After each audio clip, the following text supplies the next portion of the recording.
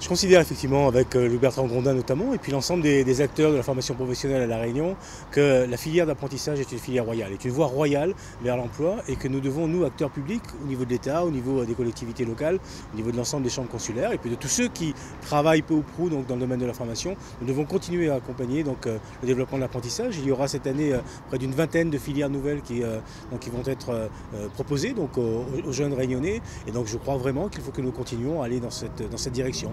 Et puis un axe fort, une proposition forte que nous voulons valider avant le 31 décembre, c'est le pacte citoyen entreprise. Donc comment est-ce que nous pouvons amener davantage d'entreprises à s'intéresser à la formation professionnelle et en particulier à l'apprentissage.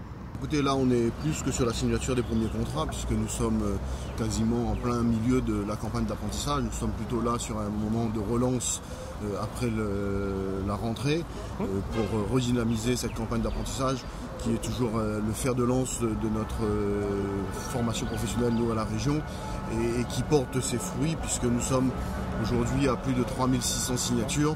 Donc nous avons encore de la marge de progression pour des signatures qui peuvent se faire jusqu'au 15 novembre, 15 décembre probablement comme tous les ans.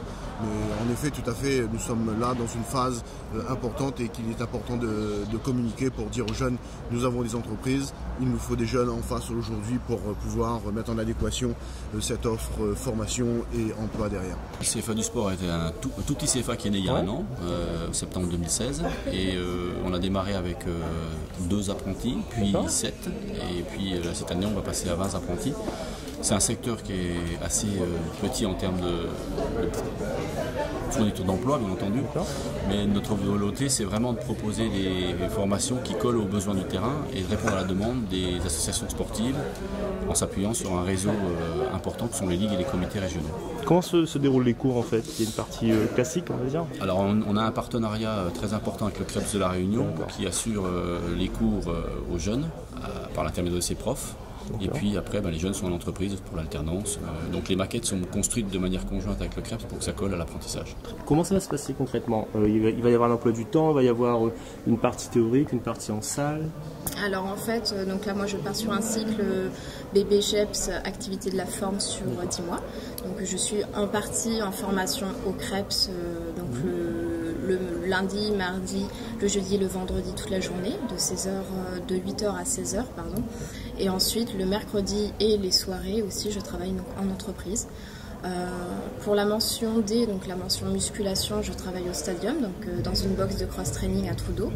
Et ensuite, pour la partie fitness et bien-être, je travaille avec, comme on a pu le voir tout à l'heure, Run Club, qui intervient donc sur des ateliers fitness, cours collectifs, coaching particulier et privé, donc au Saint-Gilles, en hôtellerie, donc au Dynamo Gabine à Trudeau, à l'Archipel et au golfe du Bassin. En termes de formation CFA sportif, ça n'existait pas sur l'île. Et grâce à Dijon, le CFA de Dijon, on a pu lancer cette opération ici comme unité sur 2 ou 3 ans avec l'aide de Dijon. Et ça va permettre d'ouvrir les métiers du sport en termes de formation professionnelle aux sportifs, ce qui devrait permettre d'avoir une ouverture vers l'emploi intéressante.